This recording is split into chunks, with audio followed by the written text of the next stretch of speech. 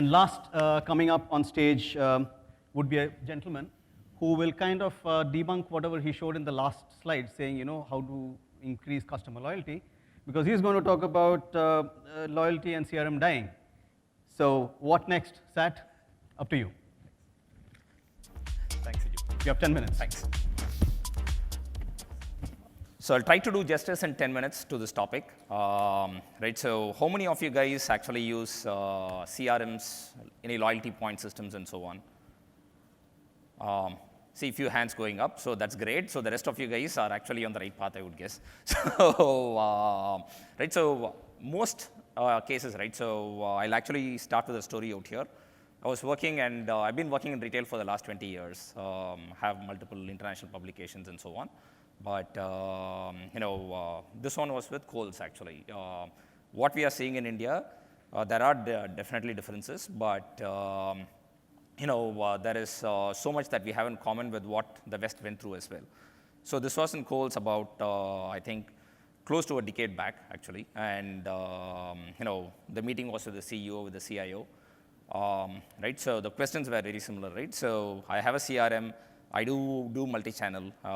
E-commerce was contributing close to around about 6 stores in terms of revenues at that point in time. There is a big data analytics team. ML was not heard of at that point in time. A lot of statistical modeling was happening, which is the precursor to what we call as ML at this point in time. So I have all these teams, and why is it that I'm not able to derive the maximum benefit? My sales are actually going down.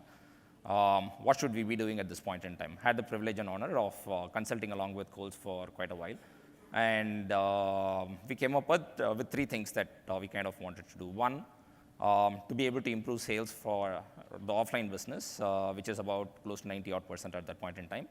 So we kind of wanted to, one, try and figure out who do you need to target, when do you need to target. When I say who, down to a personal level, right? So there, actually would like to write on what the previous speaker also spoke from Netcore. It is possible to be able to get to the segment of one, so you can actually personalize what you actually engage with. I say engage, not necessarily give an offer. Essentially engage with that particular customer at that point in time. So who, what do you engage with? When you engage with a customer, the context being critical out there, again from the last one. So you kind of stole my thunder, but when and how, right? So which channels, which techniques, at what points in time of their shopping life cycle and so on. And finally, if there is an offer, by how much do you need to give that offer? Because we don't treat our people the same, right? So all of us run organizations, and we don't treat our people the same. We don't need to treat our customers the same. Actually, one of the challenges with loyalty as well when I come to that topic. So can I have the clicker? Thank you. The slide is there just for reference purposes, but essentially this is kind of what we try to do out there. So the first strategy was about how do you get closer to customers. The second is omni-channel nature. Again, hot topic in India at this point in time. West having gone through it, literally a decade back. And, essentially all the things that we keep talking about, right? Buy online, pick up at store, various parts of the consumer journey. You go take a look at the shopping experience during the online. How do you merge it with an offline experience in terms of, knowing that and ensuring that the customer, when they come to the store, you're able to sell, and so on and so forth. So, those types of things were what we were trying to do out there. In about 2.5 to 3 years' time, Kohl's became the darling of the apparel industry, retains that competitive advantage even to this day. Beat out JCPenney flat, and their stock has more than doubled from that point onwards. So, great success story, but all built in terms of the ability to understand. It's not a myth; it's actually real. Currently, I head up Ajira. We have a product called Casa, which helps do some parts of this as well. There are other things that we do. We'll talk about that in just a second. Promise it will not be a sales pitch. And for every one of the retailers that we are working with, we have been able to show Indian retailers, not just international. We do work with some international brands as well. But Indian retailers, we are able to show that significant movement in terms of actual revenues from customers, the ability to retain customers by a percentage as high as 30-35% over the last year's customer retention, which is huge given the economy that we have been facing in the last year. So we'll talk about some of those as well. So a lot of people, even now when I talk to Indian retailers, we keep talking about putting in place loyalty programs, loyalty points, and so on, right? So if those were really working, then why are there so many unused loyalty points? And I'll follow this up with a study, that was done a few years back in UK by Rare Group, which is into retail consulting and so on as well. The critical point is this, right? So what you're essentially doing in terms of loyalty is treating all customers the same. There are some differences that you could do. For example, you could say on a particular tier of loyalty program, I'll give 1.5x the points or 1.6x the points, right? So you could do some tiering in terms of loyalty programs, but all you are doing is actually throwing money away. And the reason why I'm saying that is in the Rare Group, the study found that 60% of the shoppers anyway would have come back even without the loyalty program, right? So we as retailers, we focus a lot on product, we focus on service, the experience of the customer when they are at the store or online and so on. So when you're doing a loyalty program, very important to see whether you are actually throwing money away that anyway the customer will come back and purchase, or are you really influencing the right kind of behavior? A loyalty program really doesn't influence the type of behavior, right? So it doesn't say, for example, let's say a person has come back to your store, 3 times they have shopped at some frequency, let's say once every 9 months or 6 months, type of retail it varies, right? So some frequency they have come back and shopped. For that particular customer, for the product that they are purchasing, with respect to the product's frequency, should you actually throw something that is an offer? Should you actually show something and how much of it? Should you actually show just the latest arrivals? Let's say they are a fashionista. In fact, we are working with Apple stores same Apple stores across India, right? So in certain parts of the country, people refresh their phones every year. As soon as a new model actually comes out, people refresh it. That's a pattern of behavior that the engine actually threw up. Whereas in certain other parts of the store, it's once every 18 months. In certain parts of the country, it's once every 2 years, right? So more of value purchases at that point in time. If you had insight to this type of data in terms of the cluster and the type of people, you would actually show an appropriate message to that particular person. You would show an appropriate thing to that type of person, or an engagement to the type of person based on what the data is and the insight it's actually saying.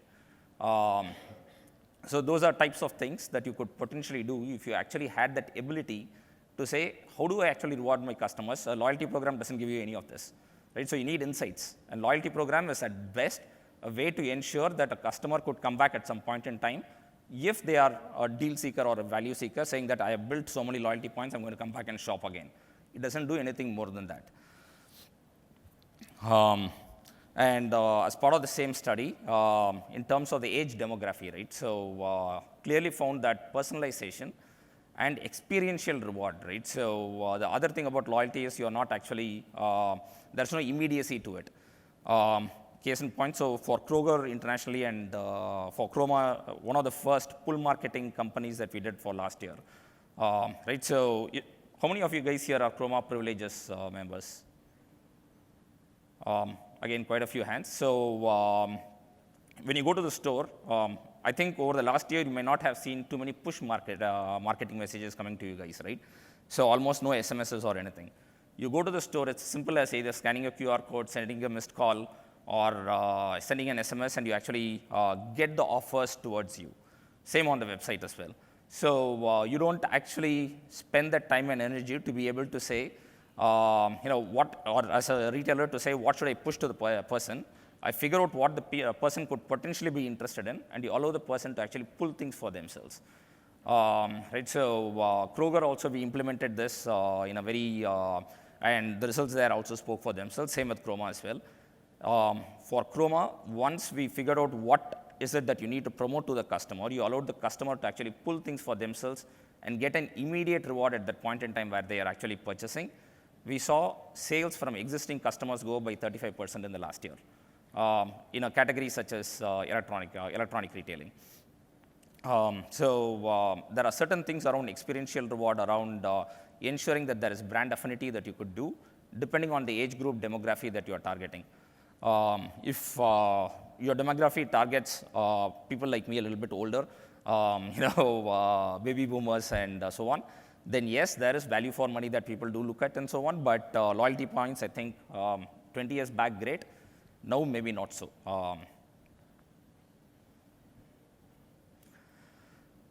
So I'm kind of running out of time, so didn't want to do any sales pitch, but I just wanted to retain this alone. So we are working with some of the top brands within the nation.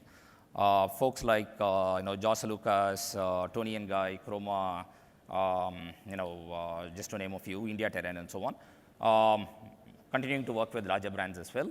For every one of them, we have helped move the metrics, actual data, right? So in terms of sales from existing customers, the ability to bring customers back to the store in case they haven't, or online if they haven't come for a particular point in time, or if they are already dropped off.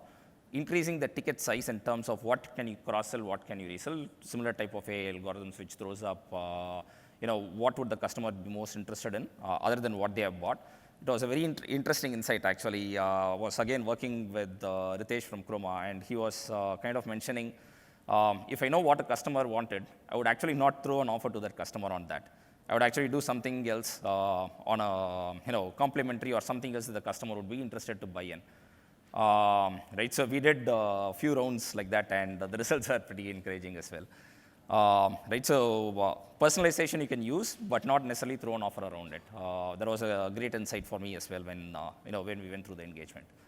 So about 45 seconds early, would not keep you guys for lunch. I don't want to be late for lunch as well. So any questions, guys?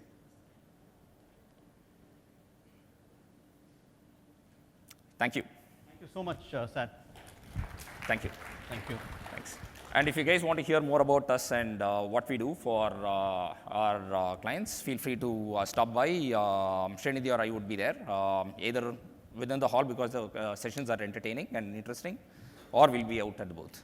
So, and to quickly, finish the honors, Hussaini, can I request you on stage, Pradyut? Where is Pradyut? Okay, so if I could request the mementos to be brought out, please, so that we could honor these two gentlemen for their fine presentations.